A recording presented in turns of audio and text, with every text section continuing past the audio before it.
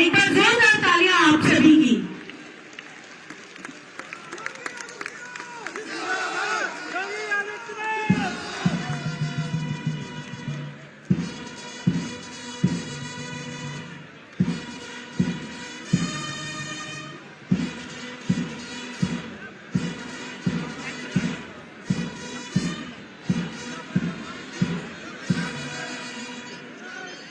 और अब इंतजार की घड़ियां खत्म होती हैं। मैं निवेदन करना चाहूंगी सभी बटेश्वर वासियों की तरफ से कि माननीय मुख्यमंत्री जी जो हमारे बीच यहाँ मौजूद हैं वो अपना आशीर्वचन हम सभी को प्रदान करें।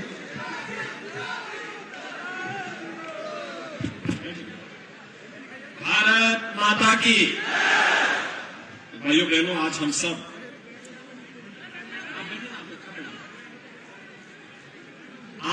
यहाँ पर इस क्षेत्र के पावन धाम बटेश्वर में आए हैं और आयोजन है स्वर्गीय अटल बिहारी वाजपेयी जी की इस पावन धरा को प्रणाम करने का। आप सब मेरे साथ बोलेंगे, भारत माता की, भारत माता की, भारत माता की। मंच पर उपस्थित मेरे साथ उपस्थित जल शक्ति मंत्री डॉक्टर महेंद्र सिंह जी, प्रदेश सरकार में मेरे सहयोगी मंत्रीगण चौधरी उदय भान सिंह जी, डॉक्टर जीएस धर्मेश जी, इस क्षेत्र से लोकप्रिय सांसद और भारतीय जनता पार्टी किसान मोर्चा के राष्ट्रीय अध्यक्ष श्री राजकुमार सहार जी, फिरोजाबाद से लोकप्रिय सांसद डॉक्टर चंद्रसेन जी, जिला पंचायत के अध्यक्ष डॉक्टर मंजू भदौरिया जी, जिलाध्यक्ष भारतीय जनता पार्टी श्री गिरिराज सिंह कुशवाहा जी, लोकप्रिय विधायक रानी पक्षालिका सिंह जी, माननीय विधायकगण श्री जितेंद्र वर्मा जी, श्रीमती हेमलता दिवाकर जी, श्री महेश गोयल जी, श्री राम प्रताप सिंह जी, श्री योगेंद्र उपाध्याय जी, श्री पुरुषोत्तम खंडेलवाल जी, महानगर अध्यक्ष श्री भानु महाजन जी, पूर्व मंत्री राजा महेंद्र अर्दमन सिंह जी, रजनीकांत माहेश्वरी जी, महिला आयोग की सदस्य श्रीमती निर्मला दीक्षित जी, डॉक्टर हरित बाबू जी, डॉक्टर राजेंद्र सिंह जी, भगवान सिंह कुशवाहा जी, छोटेलाल वर्मा जी, राम शकल गुर्जर जी और उपस्थित भारतीय जनता पार्टी के सभी पदाधिकारीगण, उपस्थित भाइयों बहनों, मैं आज इस पावन धराधाम पर देश के पूर्व प्रधानमंत्री भारत रत्न स्वर्गीय अटल बिहारी वाजपेयी जी को उनकी पावन जयंती के अवसर पर प्रदेश सरकार की ओर से कोटि कोटि नमन करते हुए आप सभी की ओर से उन्हें श्रद्धांजलि अर्पित करता हूं। भाइयों बहनों, आज यहां पर स्वर्गीय अटल जी की पावन जयंती के अवसर पर यहां पर प्रदेश सरकार के द्वारा कुछ योजनाओं का शिलान्यास और कुछ का लोकार्पण हो रहा है। खासतौर पर बटेश्वर धाम में पर्यटन विकास की कुछ योजनाएं हैं और उन पर्यटन विकास से जुड़ी हुई योजनाओं का भारत रत्न अटल बिहारी वाजपेयी सांस्कृतिक संकुल का यहां पर एक शिलान्यास का कार्यक्रम भी किया जा रहा है।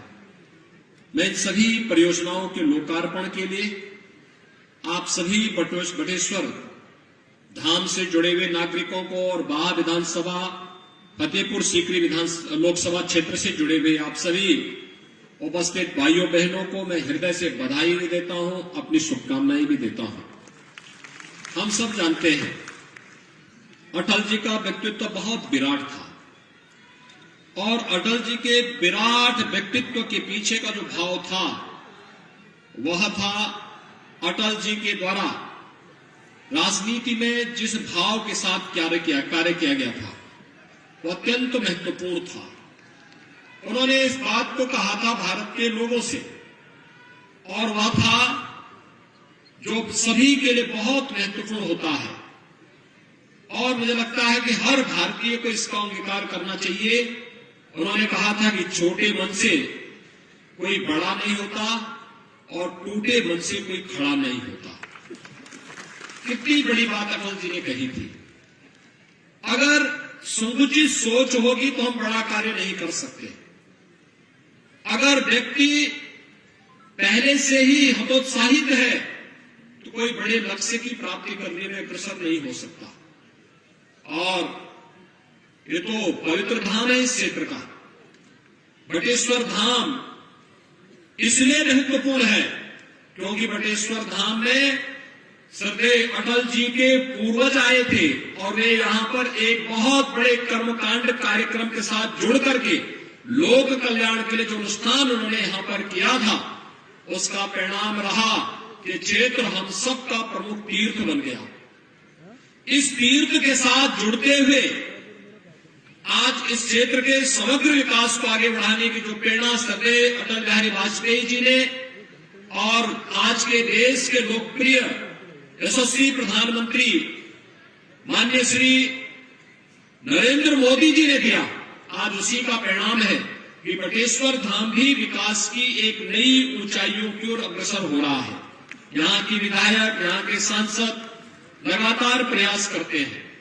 और भाइयों बहनों, राजनीति जिन मूल्यों और आदर्शों के लिए होनी चाहिए, उन मूल्यों और आदर्शों की स्थापना के लिए श्रद्धेय अटल जी 6 दशक तक इतना लंबा जीवन सार्वजनिक जीवन में रहते हुए भी जिन पे कोई आरोप नहीं लगा सकता था, यानी विरोधी भी अटल जी के खिलाफ नहीं बोल सकते थे।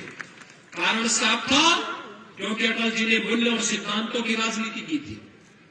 अवसरवादी राजनीति को उन्होंने हमेशा दुत्कारा था और उन्होंने कहा था कि सिद्धांत विहीन राजनीति मौत का फंदा होती है। हम सिद्धांत विहीन राजनीति को बढ़ावा देकर के आम जन के जीवन के साथ और उनको मिलने वाली सुविधाओं के वंचित नहीं कर सकते। भाइयों बहनों, आज जो हर गरीब को राशन की सुविधा प्राप्त हो रही है, ये अंत्योदय कार्ड धारकों को राशन की सुविधा का लाभ अगर पहली बार किसी ने प्रारंभ कराया था तो श्रद्धेय अटल बिहारी वाजपेयी जी ने किया था। देश के अंदर हाईवे कैसे बनने चाहिए, स्वर्णिम चतुर्भुज की योजना अटल जी ने दी थी। हाईवे 4 लेन, 6 लेन, 8 लेन के हो सकते हैं।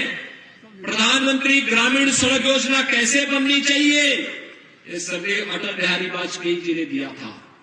एक तरफ अटल जी का विराट व्यक्तित्व 60 वर्षों तक भारत की राजनीति में चमकते हुए सितारे के रूप में देश का मार्गदर्शन करते थे और दूसरी तरफ अब लोगों को 5 वर्षों में सत्ता मिलती है और आप देखते होंगे 5 वर्ष तक जनता ने बाहर रखा, उसके बाद भी जब कहीं इनकम टैक्स विभाग जाता है तो 200 करोड़ रुपए लोगों के घरों में मिल रहा है।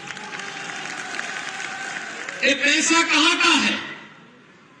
ये 200 करोड़ रुपए कहीं खेत और खलिहान से नहीं उपलब्ध होते हैं।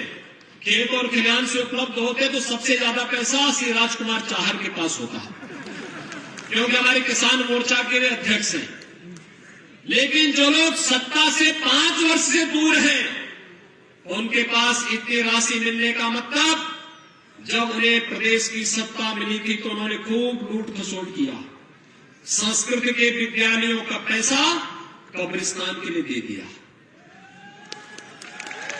हम लोग जो आए, मुझे आश्चर्य होता था जब हमारी सरकार आई, मैंने एक सर्वे कराया। ये बटेश्वर धाम है, मैं इसलिए यहां पर बोल रहा हूं इस बात को। मैंने इस बात में पूछा कि भाई आखिर संस्कृति के विद्यालयों में शिक्षक क्यों नहीं तैनात है? उन्होंने कहा पैसा नहीं है। मैंने कहा पैसा क्यों नहीं है? और फिर हमने आदेश किया कि हर विद्यालय में संस्कृति के अध्यापकों की तैनाती तत्काल हो और योग्यतम आचार्य रखे जाने चाहिए। और दूसरी व्यवस्था हमने उसमें दी कि संस्कृत के बच्चों के लिए जो छात्रावास में रहने की व्यवस्था होनी चाहिए, आश्रम पद्धति से चलाए जाने वाले उन विद्यालयों में उन छात्रों के लिए रहने और खाने की व्यवस्था की जाए और अगर वो व्यवस्था आश्रम नहीं कर सकता तो उस व्यवस्था को सरकार अपने ऊपर लेगी। हर गरीब छात्र को संस्कृत पढ़ाने की व्यवस्था हम करेंगे और किसी भी छात्र को और किसी भी आचार्य को भटकना नहीं पड़ेगा। लेकिन भाइयों बहनों, पहले की सरकार इस पैसे को कहां देती थी? उर्दू अनुवादक के लिए। संस्कृत के लिए शिक्षक नहीं रखना है, उर्दू अनुवादक के रूप में जरूर रखने का प्रयास होता था। और कैसे लोग रखे जाते थे? जिनको स्वयं उर्दू नहीं आती थी। आप देखते होंगे उसमें से ज्यादातर लोग उर्दू के जानकार नहीं है, लेकिन रखना है तो एक खाना पूर्ति करने के लिए रख दिया गया। ये जो गरीब का पैसा था, जो आज प्रधानमंत्री मोदी जी हर गरीब को उपलब्ध करा रहे प्रधानमंत्री आवास योजना में, ये आवास पहले भी दिए जा सकते थे, लेकिन पहले गरीब का घर नहीं बनता था। ऐसे ही 200 करोड़ रुपए उस गरीब का इकट्ठा करके खा दिया जाता था। आज तो अन्न योजना का लाभ मिल रहा है कि नहीं मिल रहा है? प्रधानमंत्री अन्न योजना का लाभ आप लोगों को उपलब्ध हो रहा है कि नहीं हो रहा है? वाह! वैक्सीन कितने लोगों ने लगाया है? बहुत सुंदर, अभिनंदन आपका। भाइयों बहनों, ये अन्न योजना पहले भी फ्री में दी जा सकती थी, लेकिन पहले ये अन्न का पैसा, ऐसे ये 200 करोड़ रुपए जो मिल रहे हैं ना, ये सब गरीब का अन्न है। और गरीब की आशीर्वाद में लगता है और गरीब की आह भी बहुत तेज लगती है, बहुत तेज लगती है। गरीब का के द्वारा की गई किसी भी प्रकार की कामना हमेशा फलदायी होती है। और इसीलिए पिछली सरकारें गरीब का अन्न खा जाती थी, गरीब को मिलने वाले शौचालय को पैसा खा जाते थे, गरीब को मिलने वाला आवास का पैसा खा जाते थे, गरीब के विकास के लिए होने वाली योजनाओं का लाभ स्वयं हड़प कर जाते थे। और वर्तमान में केंद्र और प्रदेश सरकार विकास की योजनाओं का लाभ हर गांव को, हर गरीब को, हर किसान को, हर नौजवान को, हर महिला को और समाज के प्रत्येक तबके को दे रहे हैं। आज आप देख रहे होंगे भाइयों बहनों, मुझे यहां की विधायिका और यहां के पूर्व विधायक राजा हरिदमन सिंह जी मुझे बहुत बार कहते थे कि अटल जी की भूमि पर आपको आना है। और अटल जी की भूमि पर क्यों आना है? मैं उनसे पूछता था, भाई अटल जी की भूमि पर तो मैं गया ही हूं। और कहते थे, देखिए अटल जी का परिवार और यहां के जो आचार्यगण हैं, ब्राह्मण समुदाय है, हमारे लिए हमेशा पूजनीय रहा है, क्योंकि उनकी तपस्या के कारण, उनके द्वारा किए गए कार्यों के कारण यह क्षेत्र एक धाम बना। और इस धाम को विकसित करने की दिशा में हम लोगों का दायित्व बनता है कि अगर हमें आज दायित्व मिला है, जिस पार्टी को अटल जी ने सींचा, रोपा और आगे एक विराट वट वृक्ष मोदी जी के नेतृत्व में, आज भारतीय जनता पार्टी के नेतृत्व में केंद्र और प्रदेश सरकार आगे कार्य कर रही है, उसका लाभ बटेश्वर धाम को भी प्राप्त हो। इस दृष्टि से हम लोग चाहते हैं कि बटेश्वर धाम में आप आ जाएं। और भाइयों, इसीलिए सभी कार्यक्रमों का छोड़ करके आज आपको याद होगा सुशासन दिवस है। अटल जी ने अपने जीवन में जितने भी ऐसे कार्य किए जो लोक कल्याण के लिए समर्पित है, राष्ट्र कल्याण के लिए समर्पित है, वो सुशासन की श्रेणी में आते हैं। आज हम लोगों ने प्रदेश के युवाओं के लिए, जिसमें संस्कृत के विद्यालय के बच्चे भी होंगे, स्मार्टफोन और टैबलेट की व्यवस्था के साथ उसको जोड़ने का कार्य किया है। और लखनऊ में अटल जी की जयंती पर 60,000 नौजवानों को टैबलेट और स्मार्टफोन का वितरित किया। और प्रदेश के 1 करोड़ नौजवानों को अटल जी को समर्पित करने वाली ये योजना हम लोगों ने आज समर्पित कर दी। प्रदेश सरकार और केंद्र सरकार अटल जी के नाम पर अनेक कार्यक्रम चला रही है। आप सब जानते हैं, अटल जी के नाम पर प्रदेश का पहला मेडिकल यूनिवर्सिटी, अटल मेडिकल यूनिवर्सिटी, हम लोग लखनऊ में स्थापित कर चुके हैं। मुख्यमंत्री कार्यालय के बाहर आपने देखा होगा अटल जी की विराट प्रतिमा लगाई गई है। प्रधानमंत्री मोदी जी ने 2019 में उस प्रतिमा का लोकार्पण कर दिया, भव्य लोकार्पण का कार्यक्रम हुआ। 18 कमिश्नरी में 18 अटल आवासीय विद्यालय बन रहे हैं। श्रमिकों के बच्चों को अब उत्तम शिक्षा देने के लिए आवासीय विद्यालय बनाए जा रहे हैं और ये कार्यक्रम अटल जी के नाम पर 44 इंटर कॉलेज का भी निर्माण हो चुका है। और यही नहीं, हम लोग ने प्रदेश के अंदर चाहे वो लखनऊ विश्वविद्यालय में अटल सुशासन पीठ की स्थापना हो, अटल स्मृति उपवन हो, अटल बिहारी वाजपेयी संस्कृति पुरस्कार हो, Atal Bihari Vajpayee centre of excellence Kanpur Daly College में जहां पर उन्होंने लॉ की डिग्री ली थी वहां पर बनाने की कार्रवाई, बाबा साहब भीमराव अंबेडकर विश्वविद्यालय लखनऊ में भी अटल बिहारी वाजपेयी पीठ की स्थापना, अटल राष्ट्र प्रेरणा स्थल लखनऊ में, और प्रदेश के सबसे बड़े स्टेडियम का नाम, इकाना स्टेडियम का नाम भी हमने अटल बिहारी वाजपेयी इकाना स्टेडियम रखा है। भाइयों बहनों, इसके साथ ही हम लोगों ने तमाम अन्य परियोजनाओं को भी आगे बढ़ाया है और केंद्र सरकार ने भी अटल भूजल योजना, अटल ज्योति योजना, अटल पेंशन योजना, अटल आयुष्मान योजना, अटल नवीनीकरण और शहरी रूपांतरण मिशन यानी अमृत योजना, यह भी केंद्र सरकार प्रदेश के अंदर, देश के अंदर अटल जी की स्मृति में चला रही है। अटल जी का व्यक्तित्व महान था और मैं आज अटल जी की इस पावन भूमि को प्रणाम करते हुए आप सब बाहवासियों को, बटेश्वर वासियों के इस बात के लिए आश्वस्त करने के लिए आया हूं। आज अटल जी के नाम पर कुछ कार्यक्रमों का यहां पर उद्घाटन हुआ है, कुछ का शिलान्यास हुआ है और मैं आप सबको इस बारे में आपको आश्वस्त करने के लिए आया हूं कि बटेश्वर धाम इस क्षेत्र का पवित्र धाम के रूप में विकसित करके अटल बिहारी वाजपेयी जी की भावनाओं के अनुरूप पर्यटन विकास के एक सुंदरतम धाम के रूप में विकसित करने के लिए राज्य सरकार हर प्रकार का सहयोग करेगी। अटल जी के नाम पर एक म्यूजियम भी यहां बनवाएंगे, अटल म्यूजियम, जिसमें अटल जी के बचपन से लेकर के, उनके पूर्वजों की कथा से लेकर के, जो अभी यहां पे निर्मला जी बता रही थी, वहां से लेकर के और आज के वर्तमान प्रत्यक्ष में सरकार की लोक कल्याणकारी योजनाओं को जोड़ते हुए हम सब इन कार्यक्रमों को आगे बढ़ाने का कार्य करेंगे। और मैं यही कह सकता हूं, अटल जी का व्यक्तित्व बहुत महान था, इतना महान था कोई उसकी कल्पना ही नहीं कर सकता। 6 दशक तक जो महान व्यक्तित्व भारत की राजनीति में रहा हो और जिस पर विरोधी भी कोई उंगली नहीं उठा सकता हो, उन्होंने सबको स्नेह दिया, सबको अपने साथ जोड़ा, देश के कल्याण के लिए, राष्ट्र के उत्थान के लिए जहां भी आवश्यकता पड़ती थी अटल जी सदैव आगे बढ़कर के कार्य करते थे। और आज उसी का परिणाम है कि हर व्यक्ति अटल जी को उनकी स्मृतियों के लिए हमेशा स्मरण करता है, नमन करता है, उनके प्रति बार बार श्रद्धा और सम्मान का भाव व्यक्त करता है। और आज मुझे भी अटल जी की इस पावन भूमि पर आने का सौभाग्य उनकी पावन जयंती के अवसर पर प्राप्त हुआ है।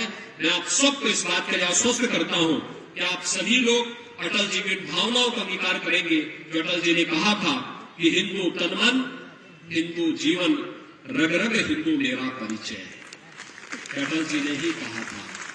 क्या भाव थे अटल जी के।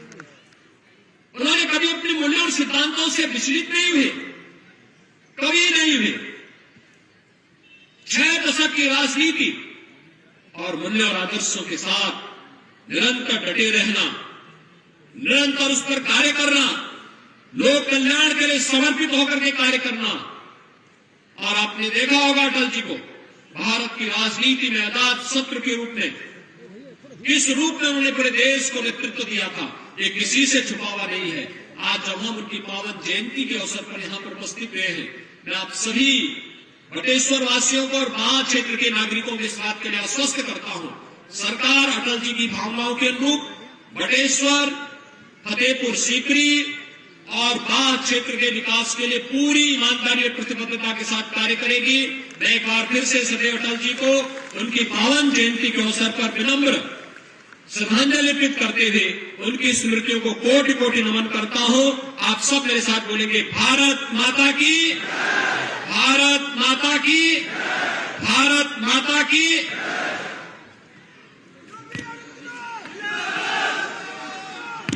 बहुत बहुत धन्यवाद, बहुत बहुत आभार। आज आप हमारे इस गांव में